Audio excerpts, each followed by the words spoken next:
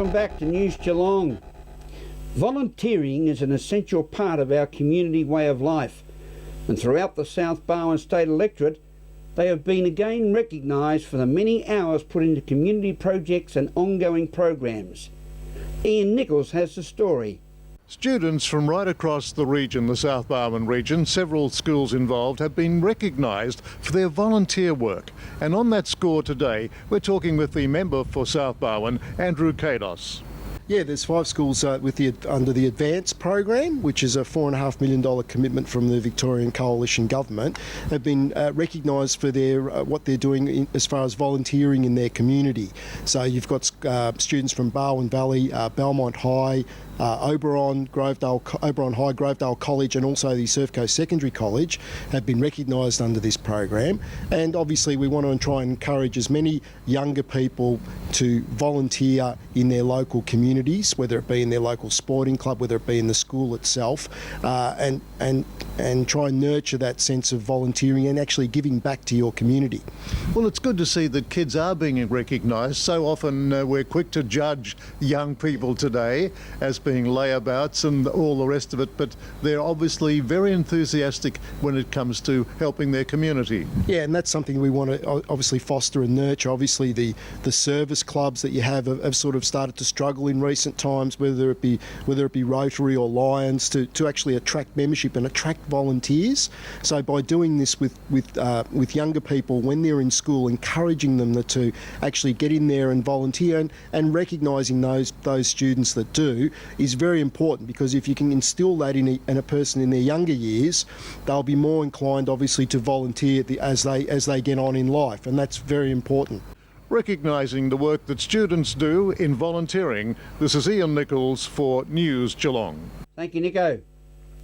The Geelong Chamber of Commerce 5th annual From Passion to Profit program was another success in its one-day Power Business Conference recently, as it also formed part of a small business festival in Geelong that's being held throughout the month of August.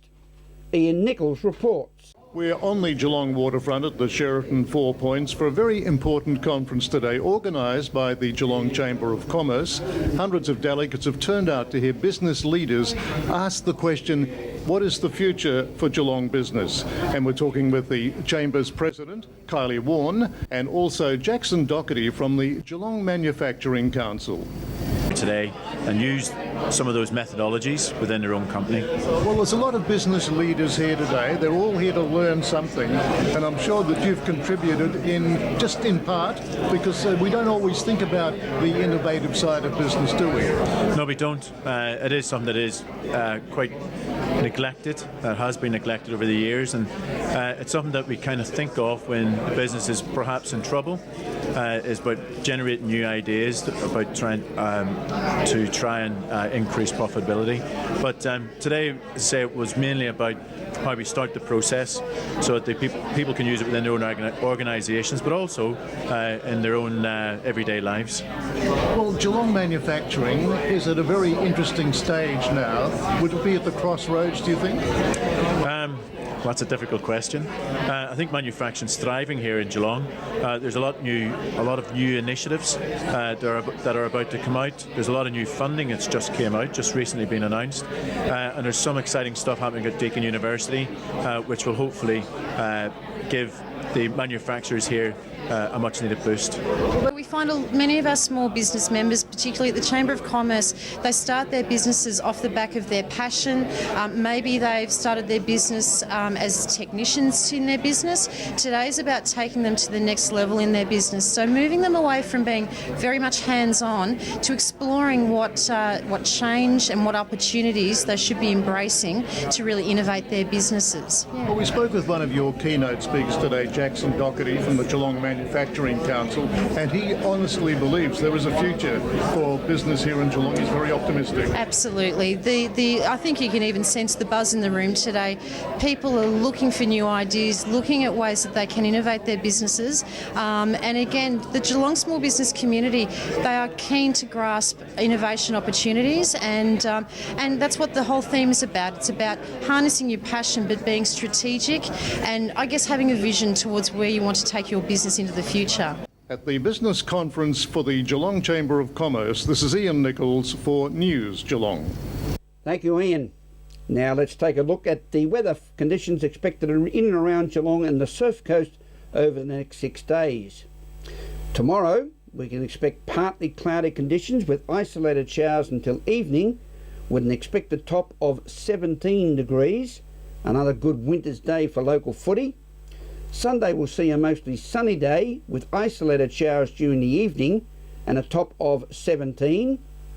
Monday will be partly cloudy with scattered showers and the possibility of some hail, with the chance of thunderstorms later in the day and strong northwesterly winds at night.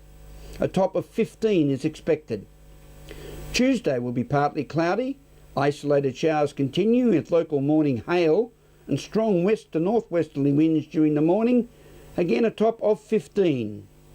Wednesday will continue to be partly cloudy with isolated showers and windy conditions, and this time with a top of 14.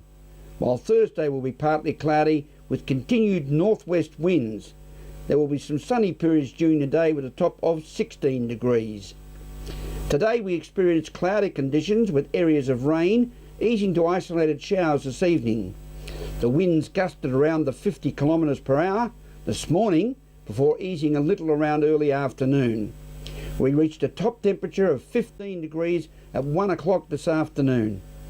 That's the weather outlook for Geelong and the Surf Coast over the next 6 days. As we go to a break here on News Geelong, we'll return with Alex Tigani and the world of sport. Be back after this.